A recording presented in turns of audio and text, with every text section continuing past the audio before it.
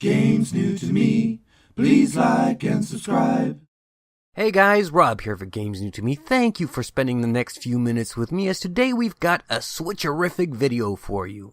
So let's talk about the newly released Nintendo Switch, shall we? We're going to cover the good and the bad aspects of the console and be completely even-handed and fair towards the new system. First, the good. According to Business Insider, Nintendo fans will be thrilled to learn that Nintendo Switch appears to be Nintendo's fastest-selling console to date. In North America, the Switch seems to be selling even faster than the Nintendo Wii did, and that is exceptional. On a personal note, I hope the Nintendo sales remain this strong, as I'm slightly concerned that the exceptionally strong sales figures may be due to the die-hard Nintendo fans and early adopters. Only time will tell, and we'll have to revisit the topic of Nintendo sales in a month or two.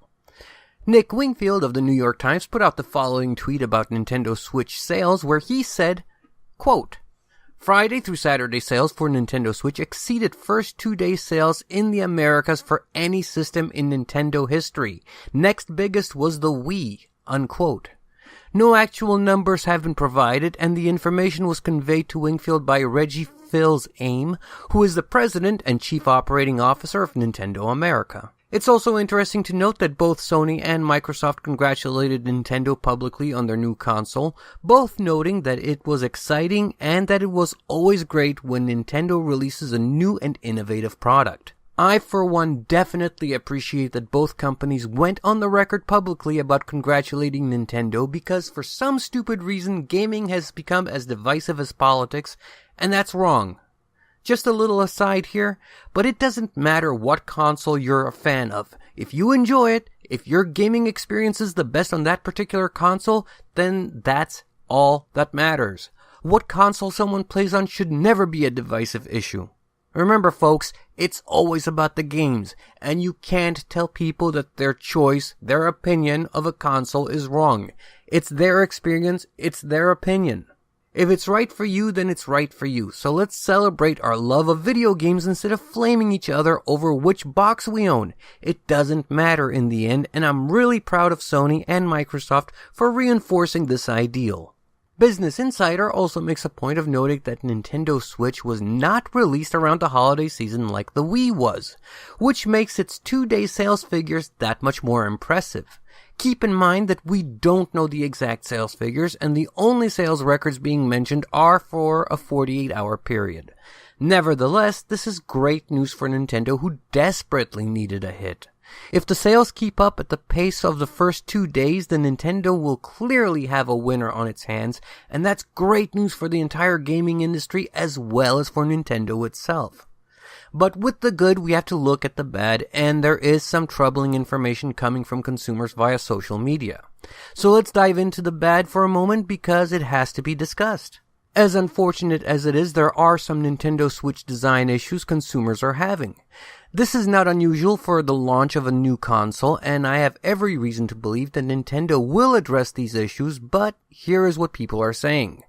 The Joy-Con controller's wrist straps apparently are hard to get off if you put them on incorrectly on your wrists. A more severe problem is that Nintendo decided to make the screen on the Switch out of plastic, and this plays into a rather nasty design flaw, as many people are reporting that just the act of sliding the Switch into its docking station has resulted in scratched screens.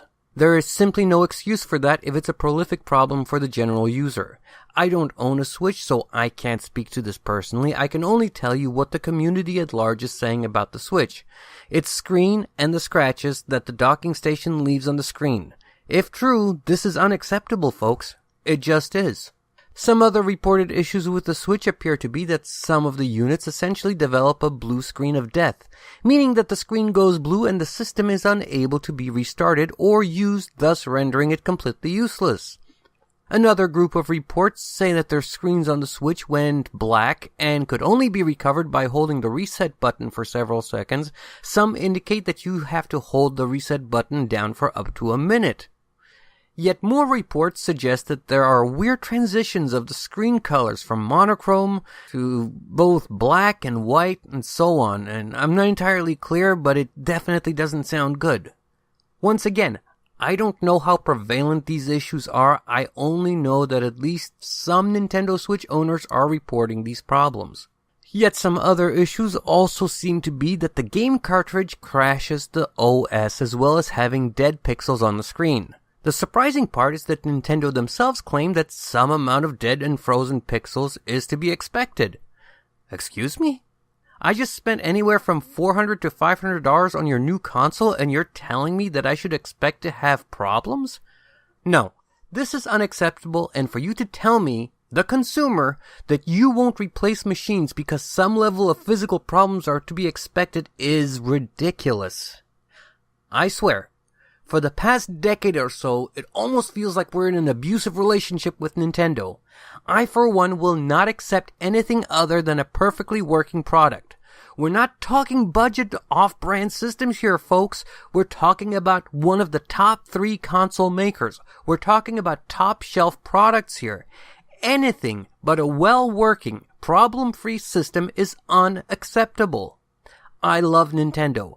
I grew up playing Nintendo consoles and games. I fell in love with video games because of Nintendo. So I really hope they get this sorted out, because if these issues at launch are widespread, and I don't know how widespread they are, then it's a problem and Nintendo has to step up their game and do right by their fans and consumers. I think everyone will agree with me that if the above problems are at all widespread, then it's just unacceptable. If you spend your hard-earned money on a premium product, you expect a premium experience. Doesn't matter how much you or I love Nintendo, we have to call out companies that are not delivering on their promises of quality products.